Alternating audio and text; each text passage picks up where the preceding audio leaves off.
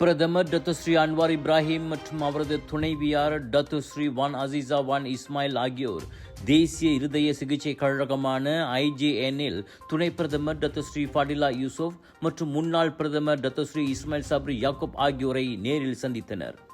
கடந்த வாரம் இருதய பைபாஸ் அறுவை சிகிச்சை செய்து கொண்ட ஃபடிலா யூசுப் தற்போது நல்ல உடல் நலத்துடன் மீண்டு வருகிறார். மருத்துவர்கள் அவரை ஓய்வெடுக்க அறிவுறுத்தியுள்ளனர்.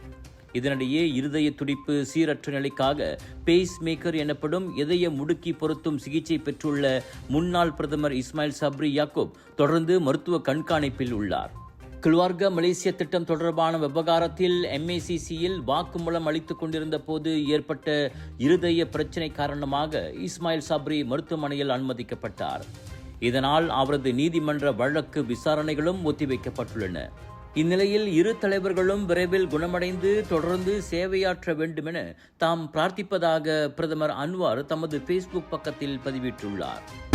மக்களே, பிக் இந்தியா ஷாப்பிங் ஃபெஸ்டிவல் மற்றும் போடி மச்சா வைரல் ஃபுட் ஃபெஸ்டிவல் இப்பொழுது லோட்டஸ் ஈப்போ கார்டன் ஈப்போவில் ஆகஸ்ட் 6 தொடங்கி 9 வரை நியூ அரைவல்ஸ் மற்றும் பூட்டிக் கலெக்ஷன்ஸ் ஹோல்சேல் விலையில் sari, kurta, kurtis, imitation jewellery, tattoo artist, kitchenware அனைத்தும் ஒரே இடத்தில்.